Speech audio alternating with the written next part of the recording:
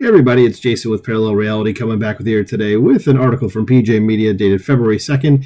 It's another one of those things where by the time you hear the news from me reported, you've probably already heard about this in the regular news to some fashion, and I thought I wanted to comment on it anyway, so here we are. And it says the new DNC chair is bad enough, but the new vice chair is far, far worse. And if you're wondering who the vice chair is, you can already see this scrawny douche face here.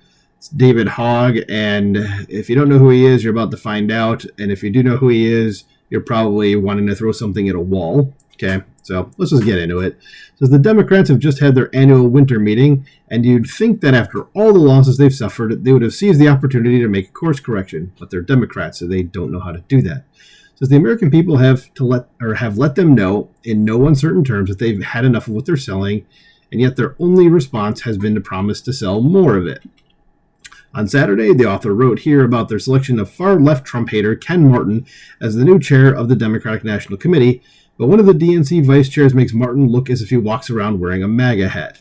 The Dems have chosen as one of their primary front beings none other than David Hogg, the arrogant and self-infatuated young far leftist who shot to fame in 2018 after being inside Marjorie Stoneman Douglas High School in Parkland, Florida, when a deranged former student murdered 17 people there. I've heard rumors that he wasn't actually there that day, and that there's a lot of kids reporting that were actually there that said that he's basically using his classmates' deaths just as like a stepping stone, like he's an opportunist.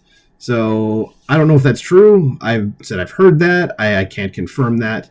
But again, if he was there, then yeah, it's a horrific thing that happened to him and all those kids, obviously. But this dude just seems like he doesn't care who he has to step on to rise in the political sphere. So it says, as Matt Margolis noted, he's another writer for PJ Media, in case you don't know, says Hogg is that kid who earned notoriety after the Parkland school shooting back in 2018, whose 15 minutes of fame expired years ago, but who just won't go away. So ever since the shooting, Hogg has become a vocal and energetic advocate for disarming Americans in the face of rising crime and Democrat mayors who care little or nothing for the safety and well-being of their constituents. But Hogg isn't simply content with leaving Americans defenseless in an increasingly dangerous environment. And before I move on, go look up a confrontation that Lily Tang Williams, if you know who she is, she was a representative for Congress in New Hampshire this past year. She's someone that survived Mao's China and came here and is a huge America person. And she had a discussion with, I shouldn't say a discussion, but it was more like a question and answer thing that David Hogg and some people like him were doing in New Hampshire. I think they were trying to help Democrats win, and she confronted him about the whole gun control thing and made him look like a total ass on it, and it was great. So if you haven't seen that, definitely go check it out. Continuing on, it says Fox News reported Sunday that Hogg has also said defund the police, not the USPS, as well as abolish ICE. So in David Hogg's perfect America, ordinary citizens wouldn't have guns, the police would be defunded and perhaps non-existent, and there would be no border security at all. David Hogg has also said the NRA needs to be designated a terrorist organization for the role their supporters played in staging an insurrectionist coup. So, as you can tell, he is not a very intelligent person. And now I'm scanning the article to see if it mentions what I'm about to say, and it doesn't look like he does. But he'll probably play on the fact that he got into Harvard. But the thing is, he only got into Harvard because they felt sorry for him because of the school shooting. He had some of the lowest test scores available, or that any of their newbies. I'm not thinking of the right word here. So yeah, he didn't have very good test scores, but they let him in because they basically felt sorry for him. So it just plays in the whole thing that this dude is not particularly intelligent. He doesn't seem to be, he's not very book smart, it seems, and he's definitely not street smart. So it says, now David Hogg is 24 years old. He has little life experience and is only famous in the first place because he was at the scene of a crime. He clearly has no idea what the real world is like and doesn't realize that if the people are disarmed, the police defunded, and the border open, society as he knows it would collapse entirely. Yes, again, he's stupid. Says if he were a low-level employee somewhere, pontificating to his colleagues at the office, they might regard him as a bit of an arrogant know-it-all, but essentially harmless. But instead, the Democrats have just given Hogg a massive platform from which to spout his immature and unrealistic views. It's revealing. Hogg may be a silly kid who doesn't realize how destructive the positions he advocates really are, but older and wiser Democrats, okay, older Democrats, since it's clear there are no wise ones, nice dig, must know, says many leading Democrats did retreat from radical defund the police positions, not because they cared about ordinary people, because they saw what a losing issue it was. Yeah, I totally agree with that. And defunding the police has always seemed like just an idiotic thing, like, it's just dumb.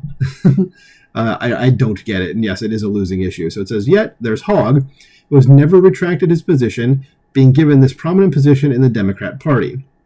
Apparently, the Dems haven't walked back the defund the police imperative as thoroughly as they tried to lead people to believe during the 2024 campaign.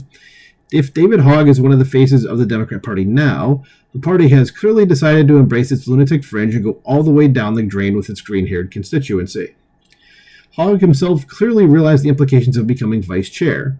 He said, I've just been elected as vice chair of the DNC. I'm deeply grateful to its members for their trust and belief in me, and I don't take it lightly. Now it's time to get to work. He also promised to help create a Democratic Party that is authentic, relatable, earns people's trust, and wins again. And this dude is, I mean, again, if you've never listened to him, he is deeply inauthentic. He's completely unrelatable, and he lies. So I don't know how he's going to be able to win again if he can't do any of the other things. So back to the article, it says, yeah, that's going to happen. The American people will love the idea of being disarmed and defenseless as criminal migrants stream in by the millions. Hogg is ready to fight and has memorized his tired leftist talking points. It's time we stop surrendering, go on offense, and take the fight to Donald Trump and every single Republican who is gutting our rights, attacking workers, and rigging the system for the wealthy and well-connected. Literally, none of that is happening, my dude. Sorry to break it to you. As if David Hogg weren't well-connected and endowed with the less coveted victim status, this empty-headed post-teen wouldn't be vice chair of the DNC today. No, he'd just be another kid. So the more he goes on the offense with his disastrous program, the more Americans will turn away from Democrats. You know, says Ruby, a character in Bob Dylan's wonderful song Brownsville Girl, some babies never learn. Carve that on the tombstone of the Democrat Party. Yeah, so I would agree with that. This dude, this is kind of like, you see, he's a skinny little soy boy. He doesn't know, he's deeply unintelligent. He has no idea what's going on. He has, as the article said, he has no, world experience, no lived experience, if you will, in terms of, like, the real world. And the Democrats just decided to put him in, like, the second highest position of their entire national committee. So there you go. So let's hope they keep making these mistakes going forward. So let me know what you think about this in the comments below.